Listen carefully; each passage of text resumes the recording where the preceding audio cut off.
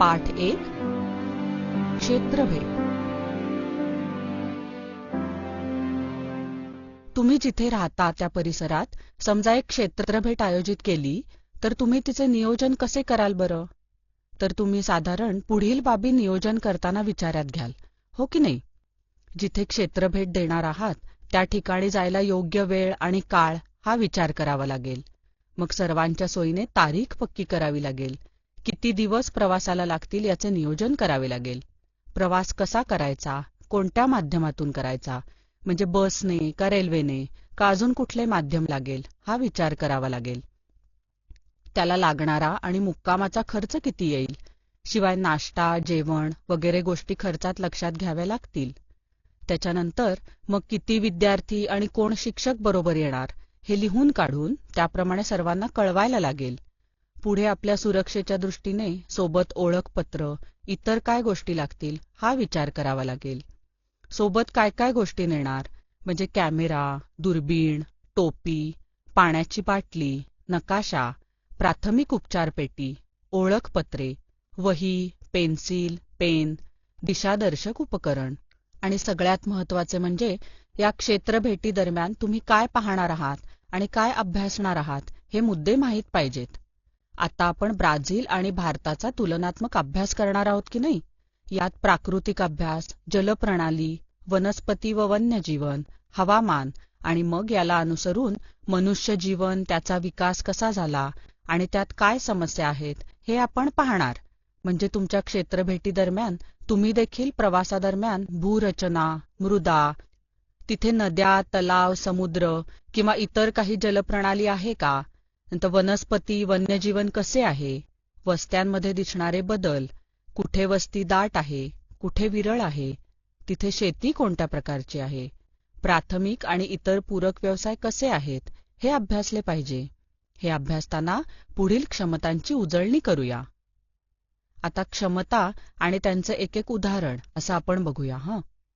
निरीक्षण करणे.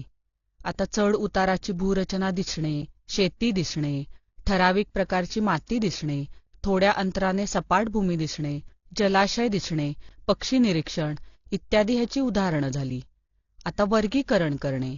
यात काय येईल तर एखाद्या प्रदेशात दिसणाऱ्या वनस्पतींचे निरनिराळ्या प्रकारात वर्गीकरण करणे, वन्यजीव वर्गीकरण इत्यादी. फरक करणे.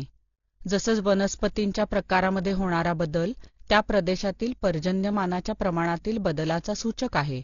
तुम्हाला कुठे अंजन, वड, पिंपळ हे वृक्ष जास्त प्रमाणात दिसतील, तर कुठे नारळी पोफळी, फणस, केळी ही झाडं दिसतील, तर कुठे सागाची झाडं दिसतील, कुठे खारफुटी दिसेल. तुलना करणे. समजा तुम्ही क्षेत्रभेटीला सह्याद्री घाटमाथा व पुढे कोकणात जाणार असाल तर सह्याद्रीच्या घाटमाथ्यावर पण पुण्यासारख्या शहराजवळील गाव आणि दूरवर दुर्गम भागातील गाव या ठिकाणी जीवनमान आणि व्यवसाय यात तुलना करणे. आलेख वाचन.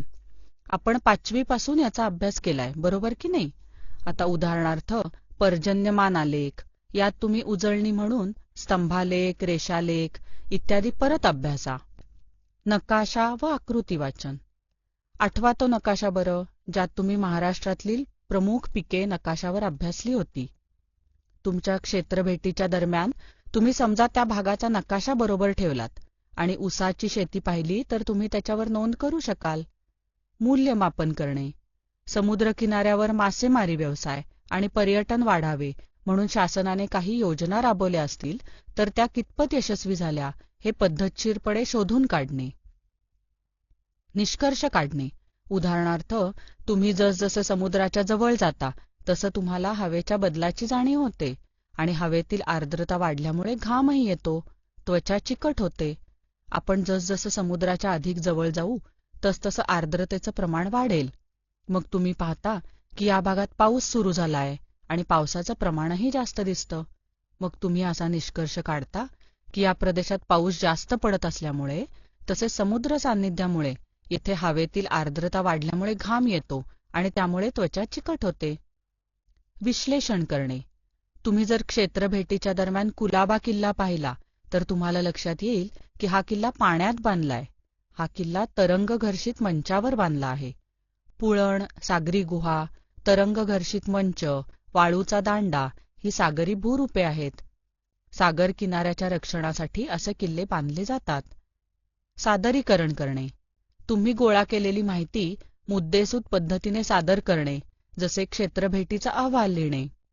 चिकित्सक विचार, तुमच्या क्षेत्रभेटी दरम्यान तुम्ही तलाठी कार्यालयाला भेट देऊन त्या परिसरातली पिके, मृदा प्रकार, फळं आणि इतर नगदी पिके याबाबत प्रश्न तयार करणे, की ज्यामध्ये चिकित्सक पद्धतीने तुम्हाला याच्या उत्तरांची सांगड परिसरात गोळा केला जाणारा महसूल, सिंचनाखालील क्षेत्र, पाणलोट क्षेत्र कार्यक्रम आणि परिसरातील इतर व्यवसाय याच्याशी घालता येईल.